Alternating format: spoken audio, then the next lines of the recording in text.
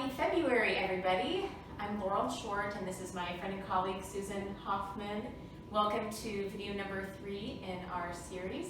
We've been making these little video vignettes to talk about what's going on with healthcare policy in the state of Kansas, specific to advanced practice nurses.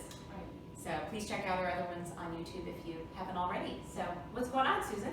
So I think we're going to just give some updates about one key piece that's in House Bill 2412, and it talks about collaborative practice agreements, otherwise known as CPAs. A lot of my friends have been asking about it, and even some of the legislatures are trying to understand, what is a CPA? And they say, is it from my accountant? I'm like, no. It simply means a collaborative practice agreement. So can you tell us that in kind of more sense of what that means? Yeah.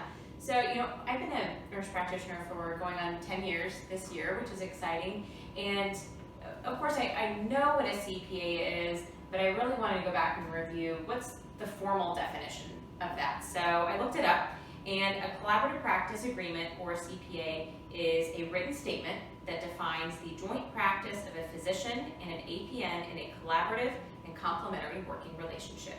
It provides a mechanism for the legal protection of the APN and sets out the rights and responsibilities of each party involved. So that's our formal definition, but in the years that our profession has grown and evolved, 22 of 50 states have decided to remove the formal requirement of having a CPA, and that's a big part of our bill. Right. So what does that really mean to our practice specifically?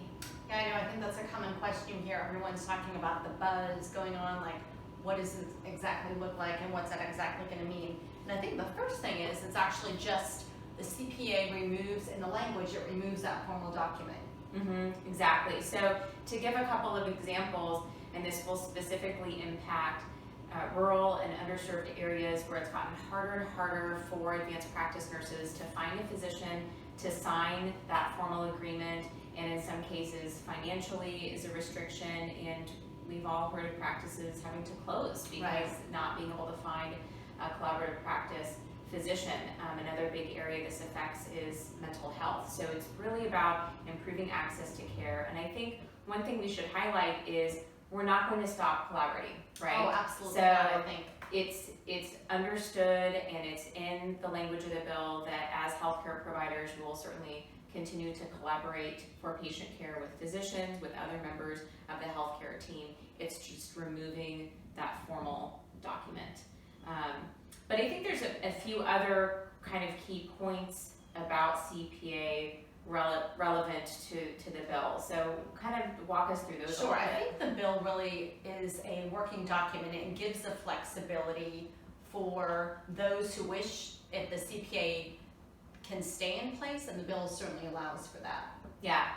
So, and that's actually a question that's been coming in the legislators and even NPs through Kansas Advanced Practice Nurse Group of, do I have to work without a CPA? No, you don't have to. So certainly if you're in a situation where it makes more sense for you to keep a CPA in place, you absolutely can, number one.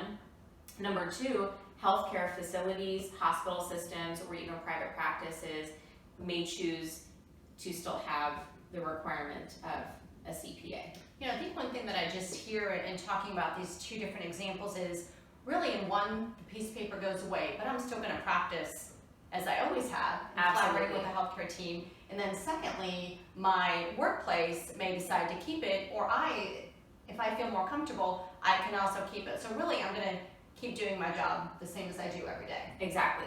We'll still work within our scope of practice. It just gives the option to work either without the CPA or with the CPA. Yeah. Well, and so what about new graduates? How is this going to affect them? That's a great question, because we've grown tremendously over the last 10 years with the number of nurse practitioners in the state of Kansas.